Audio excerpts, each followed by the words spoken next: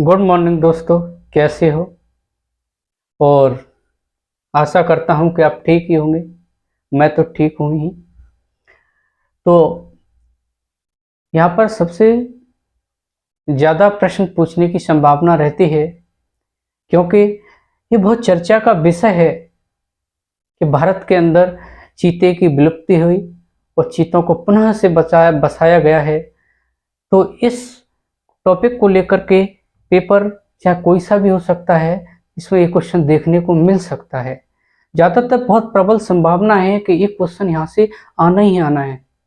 तो इस चीज़ को हम जानने के लिए कि हमसे ये क्वेश्चन ना छूटे, इस क्वेश्चन को पूरी तरह से हिट करने के लिए हमें इस टॉपिक को एक अच्छे प्रकार से समझना है और सोचना है और उसके बारे में जानना है कि ये क्वेश्चन हमसे छूट ना पाए। कैसे किसी भी प्रकार से आ जाए, इसे हमें पूरी तरह जानने का प्रयास करेंगे।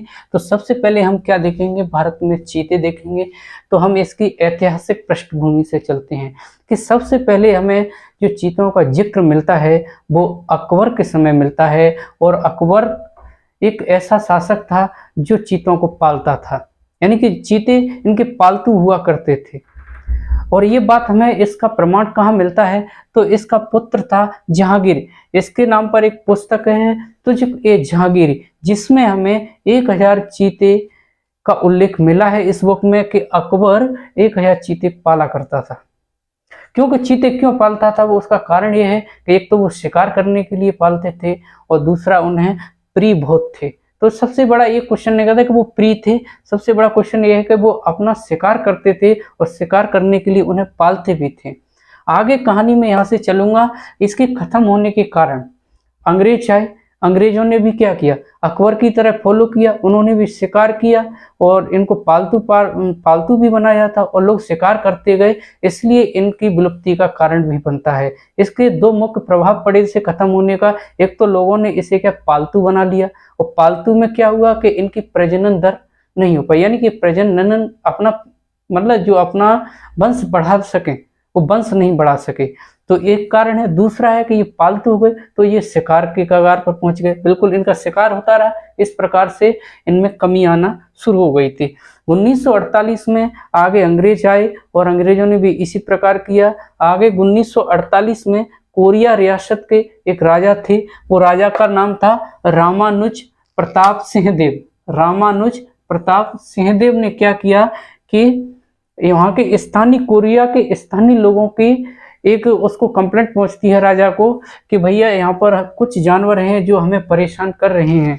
तो उन्होंने देखा राजा ने, तो राजा को क्या उसमें कहानी ऐसी थी कि राजा ने आंखों को देखा और आंखों को देख करके उसने गोली मार दी। और गोली मारते ही उन्हें पता चला कि यहाँ तो 3 नर चीते मारे गए हैं और ये पूरी तरह से वयस्क भी नहीं हो पाए। 3 चीते जो नर चीते वहां मारे गए। तो इस प्रकार 1948 में रामानुज प्रताप सिंह देव ने 3 चीतों को मार गिराया। 1952 में भारत सरकार ने चीते विलुप्त घोषित कर दिया, यानी कि भारत को चीता विलुप्त घोषित कर दिया गया 1952 में। इसी प्रकार अब 52 में समाप्त तो हो गए, लेकिन अब होता है भारत में चीतों को बसाने की जो प्रक्रिया है, भारत में चीतों को बसाने की प्रक्रिया एक लंबा क्रमानुसार चला, लंबा समय चला। लंबे समय से भारत में चीतों को बसाने की बात करी जा रही थी।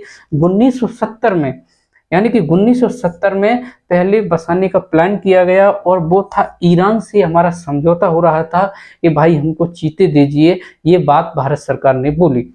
लेकिन उन्होंने क्या किया ईरान वालों ने, कि ईरान वालों ने क्या किया, हमसे बाघ और एशियाई शेरों की मांग की थी। लेकिन हम उनको एशियाई बाघ शेर दे तो सकते थे, लेकिन सबसे बड़ी यहाँ समस्या यही थी कि ईरान में भी चीतों की संख्या बहुत कम थी, वो लोग दे नहीं पा रहे थे। तो इस प्रकार से हमने प्रयास किया, वो प्रयास हमारा असफल हो जाता है। फिर 2010 में पर्यावरण मंत्री जयराम रमेश थे। इन्होंने भी एक उस समय पे 2010 में अपना फुल प्रयास किया, लेकिन वो भी प्रयास कुछ अड़चनें आती हैं और उन अड़चनों के कारण कुछ ये सफल भी नहीं हो पाता है 2010 का। लेकिन अंततः 28 जनवरी 2020 को सुप्रीम कोर्ट ने चीतों को बचाने की अनुमति दे दी। साथ ही उसने एक कमेटी बनाने की, एक थोड़े से कुछ लोगों का एक समूह बनाने की उसे कैसे इस चीतों को कहाँ पर बसाया जाना है, इस चीज को वो उन्होंने अनुमति दी। और सुप्रीम कोर्ट की अनुमति मिलते ही जगह की तलाश की जा रही थी कि इन चीतों को यदि लाया जाएगा तो कहाँ पर बसाया जाएगा।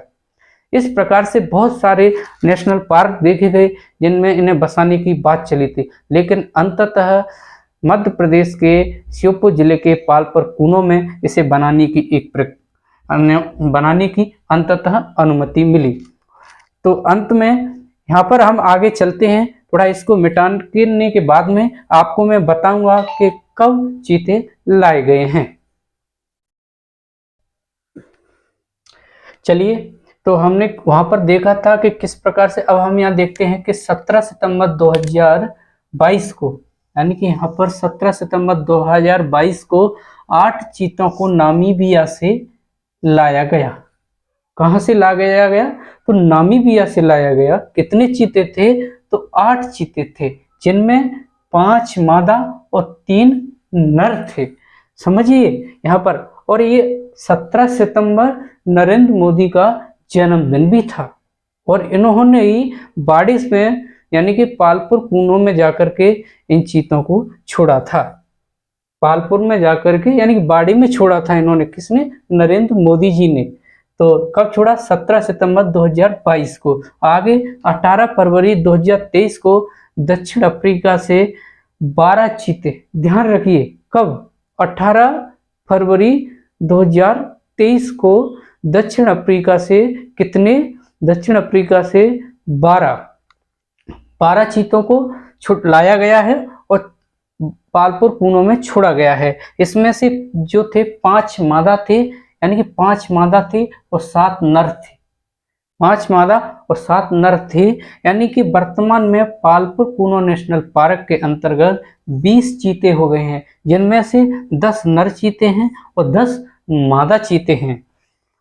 इसी क्रम में चीतों के लिए अब यहाँ पर हम ये देखते हैं कि हमने ये देख लिया कि चीते कितने आ गए हैं अब तक। एक बार तो हमने नामीबिया से लिए थे 8, और जो लास्ट में दूसरी बार में जो हम लाए गए हैं वो दक्षिण अफ्रीका से लाए गए हैं, जो 12 चीते थे। अब चीतों की टोटल संख्या हो गई है 20, इसमें से 10 जो है नर हैं, 10 मादा हैं। इसी क्रम में चीतों के लिए पालपुर कूनो नेशनल पार्क को ही क्यों चुना?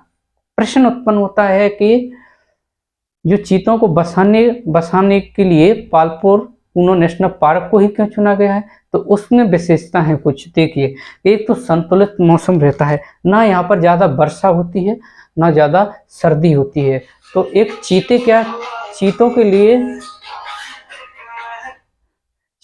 लिए मौसम भी एक संतुलित होना चाहिए। चीते ज़्यादा ना तो वर्षा पसंद करते हैं और ना ही ज़्यादा सर्दी पसंद करते हैं। इसी क्रम में दूसरी है भोजन की व्यवस्था। यहाँ पर चीतल है, नीलगाय है, बहुत से ऐसे जानवर हैं जो इनके लिए भोजन के लिए पर्याप्त सुविधा है, जो अन्य नेशनल पार्कों में नहीं थी, वो भी यहाँ पर है। तीसरी है पर्याप्त मैदानी क्षेत्र, यानी कि इनके दौड़ने के लिए पर्याप्त मैदानी क्षेत्र है। बहुत बड़ा नेशनल पार्क भी है, जो मतलब एक तरह से उसमें क्या है, मैदानी क्षेत्र है। पार्क में क्षेत्रफल तो बहुत जगह पर है, हमसे बड़े बड़े हैं। कान्हा नेशनल पार्क को देख लो आप, वो भी बहुत बड़ा है मध्य प्रदेश का, लेकिन जो मैदान रूप से है वो मैदानी रूप से बहुत बड़ा क्षेत्र है उनके दौड़ने के लिए। उद्देश्य क्या है इसके बसाने के चीतों को? उद्देश्य क्या है? तो बसाने के चीतों को उद्देश्य है कि एक तो पर्यटन को विकसित करना है, क्योंकि पर्यटन हम देख रहे हैं कि बहुत जल्दी से विकसित होने वाला एक उद्योग बन गया है। यानी ऐसे उद्योगों को विकसित किया जाता है जैसे ही भारत के अंतर्गत पर्यटन को विकसित किया गया है, जो जीडीपी में अपना अब कम से कम बहुत महत्व रख रहा है। जो देख लेते हैं हम, नॉर्मल लगभग 10% अपना सेवा क्षेत्र में योगदान दे रहा है। तो इसी प्रकार से अपन देख रहे हैं दूसरा जिसका उद्देश्य है कि स्थानीय लोगों को रोजगार उपलब्ध करवाना। यानी कि जब पर्यटक आएंगे, विदेशी आएंगे या भारतीय ही वहाँ पर जाएंगे, तो स्थानीय लोगों के रोजगार मिल सकेगा। तो ये भी चीज़ यहाँ पर हमें देखनी होगी कि किस प्रकार से स्थानीय लोगों का विकास किया जा सकता है। तो एक अहम पहल है नरेंद्र मोदी जी की। Thank you.